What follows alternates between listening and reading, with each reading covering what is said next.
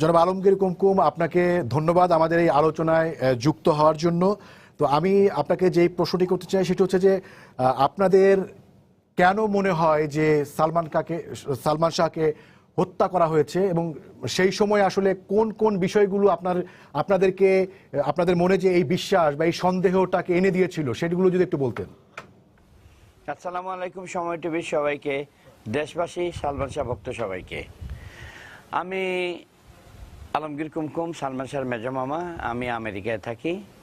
সালমান শাহর এই ঘটনার এক সপ্তাহ 5-6 দিন আগে আমি আমেরিকা থেকে আসছি। আমার সাথে তার ঢাকায় দেখা হয় নাই। আমি নেমে প্লেনে সিলেট চলে আসছি। কেন সালমান শাহর নাম যদি আপনি এখন কামাল শাহ বলেন, আমি কি মেনে নিব? সেটা আমার পরিবার, আমি নাম রাখছি, আমি জানি সেটা আমার ছেলে, আমার পরিবারের ছেলে। সালমান শাহ সারা বাংলাদেশের ইমন আমাদের। তা আমি ইমনের পক্ষ নিয়ে বলতেছি, সালমান শাহর বিচার দেশবাসী করবে, তার ভক্তবৃন্দ করবে। এখন কথা হলো যে বৃহস্পতিবার রাত 11টা থেকে 12টার মধ্যে সে আমাকে ফোন দিছে আমার বাসায়, দিয়ে বলছে, মামা তুমি নাকি সকালে ঢাকায় আসতেছো। আমি বললাম হ্যাঁ। যে মামা তুমি আইসো না, আমার ছোট বোন আসছিল ঢাকাতে, তার সাথে যাওয়ার কথা আমার, তুমি আইসো না, আমি সকালে আসতেছি সিলেটে, তোমার সাথে জুমার নামাজ পড়বো, আর 1 সপ্তাহ থাকবো তোমার সাথে, আমি মেন্টাল ফ্রেশ হব, আর ঘুম থেকে উঠে মামা আমি ডিভোর্স লেটারে সাইন করব। আমি জিজ্ঞেস করছি কেন? না মামা, ওকে নিয়ে আর সংসার করা যায় না, আমি আসলে তোমাকে সব প্রমাণ বলবো, দেখাবো, বলবো, আমি আসলে বলবো মামা। আমি বলছি ওকে ঠিক আছে আয়। আমার সাথে তার শেষ কথা। এটা কি অবিশ্বাসযোগ্য কোনো কথা? আপনারা বলেন। আমার ছেলে আমাকে ফোন করে বলছে সকালে আসতেছে, ডিভোর্স দিবে। এখন আমি আমেরিকা থাকি, আমি দেশে 30-40টা দেশ ঘুরছি। আমার প্রশ্ন হলো যে সে যদি ডিভোর্স দেয়, মিডিয়া হয়তো তারা জিজ্ঞেস করবে কেন ডিভোর্স দিছো। তার কারণে আমার ছেলেটা রাতের মধ্যে সরাই দেওয়া হয়েছে। আমি তো সেটাই মনে করতেছি। আপনারা কি প্রমাণ চান? সব প্রমাণ আছে, তাদেরকে কথা বলতে বলেন। সামিরার বাপকে আমার সামনে আনেন। আমি সামিরাকে আনতে গেছি, ডেড বডি যখন রওনা দিছে, আমি অর্ধেক রাস্তা থেকে ব্যাক করে আমি সামিরার বাসায় গেছি। আমি দিতিকে ফোন করছি, দিতি আমার ছোট বোনের বান্ধবী, যে দিতি আমি মামা, ইমন কি করছে না করছে আমি জানি না, কিন্তু তার বউ ইমনকে শেষ বিদায় দিতে হবে। দিতি আমাকে বলছে যে আসেন আপনি বাসায়। আমি গেছি, দিতি আমাকে নিয়ে গেছে। আমি যা পাইছি এইখানে অনেক মহিলা বসা। এই সেই হীরা, উনি আগে ছিল বেআই, এখন আর বেআই না।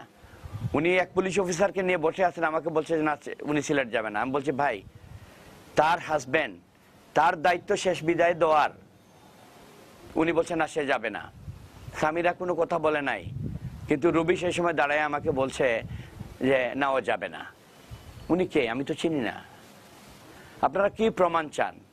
আনেন, সালমান শাহর মাকে সামনে আনেন, সব ফটো আছে।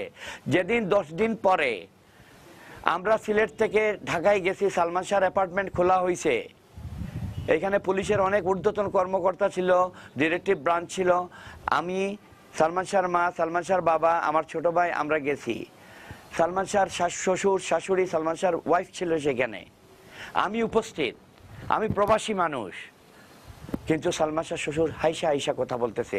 আমি রাগান্বিত হয়েছি। ডিসিডিবি বজলুল করিম সাহেব সেখানে ছিলেন। পাশের বাসার লোকজন সাক্ষী দিছে যে রাত্রে 2:30-3টার দিকে এই রুমে, সালমান শাহ যে রুমে ডেড বডি পাওয়া গেছে সেই রুমে দস্তাদস্তি দেখছে ওরা। সালমান শাহর খাবার দাবার রেডি, খায় নাই। বাথরুমে কাপড় চোপড় ভিজা, সুটকেসে কাপড় চোপড় ভিজা। সামিরার একটা দামি কাপড় চোপড় পাওয়া যায় নাই। ইনজেকশনের অ্যাম্পুল পাওয়া গেছে, সিরিঞ্জ পাওয়া গেছে আমার সামনে। এইগুলা কোথায়?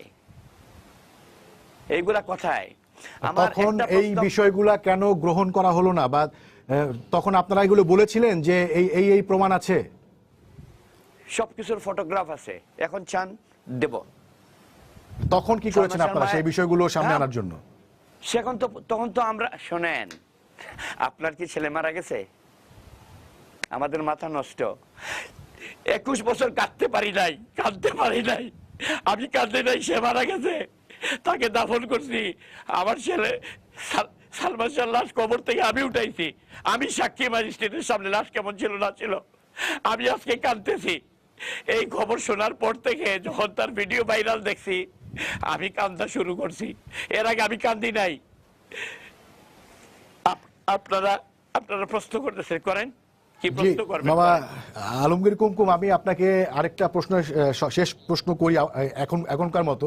সেটা হচ্ছে যে এই যে রুবি তার যে আগের স্টেটমেন্ট, তিনি আগেও বিভিন্ন সময়, আমি যেটা নীলা চৌধুরীকে যে প্রশ্নটি করেছি, যে তিনি বিভিন্ন সময়ে নীলা চৌধুরীর এই যে বিচারের যে তৎপরতা সেটা নিয়ে তিনি সমালোচনা করেছেন এবং সেটাকে নিয়ে তিনি বিভিন্ন সময় পোস্টও দিয়েছেন, ভিডিও পোস্ট, যদিও সেখানে তার চেহারা ছিল না। এবার তিনি নিজে হাজির হয়ে চেহারা দেখিয়ে পোস্টটা দিয়েছেন। তার যে এই যে অবস্থানের পরিবর্তন, সেটার পেছনে মানে কি কারণ আছে বলে আপনারা মনে করছেন? আল্লাহ, ইন্নামাল আমানু বিন সাবর, আল্লাহ।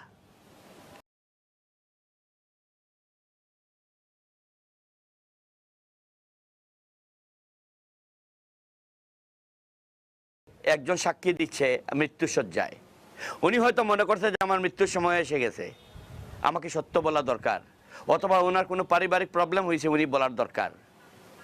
উনি কি আমার আত্মীয় না সামিরার আত্মীয়? সামিরার মামি, ওনাকে প্রশ্ন করেন, সামিরাকে প্রশ্ন করেন, হীরাকে প্রশ্ন করেন, আমাকে কেন প্রশ্ন করবেন? জনগণকে প্রশ্ন করেন। এখন আপনারা আশা করেন কিনা যে এটার যে এই মৃত্যু রহস্য ভেদ হবে এবং যেটাকে আপনারা বলছেন যে হত্যা করা হয়েছে তার বিচার মিলবে? ইনশাল্লাহ বিচার মিলবে। সুখের মাস আর আমাদের কাদার মাস, আমরাও সুখে সুখান্বিত, ওনার সাথে আমরাও বিচার চাই। এবং সালমান শাহ যখন মারা যায়, বাংলাদেশের এই 4-5টা না, আর উকিল লয়ার সাহেব আমাদের বলছে সিগারেট খাইতো না, সে সিগারেট খাইতো, মালব্রো খাইতো, শুনে রাখেন। কিন্তু ঘরের মধ্যে আমার সামনে এই ডিবিডিসি বজলুল করিম সাহেব 3-4টা বেনসনের টুকরা পাইছেন, উনি আলামত হিসাবে রাখছেন। অনেক কিছু অনেক সময় এই দুঃখের সময় বলা যায় না। আমরা বিচার চাই। এত আলামত পাওয়ার পরেও কেন বিষয়টা এভাবে, যদি আলামত থেকেই থাকে তাহলে তো বলাই যায় যেটা ধামাচাপা পড়েছে। কেন পড়লো? ধামাচাপা পড়লো কেন? কেন পড়লো আমার জানা নাই। জি, আপনাকে আল্লাহ ধন্যবাদ।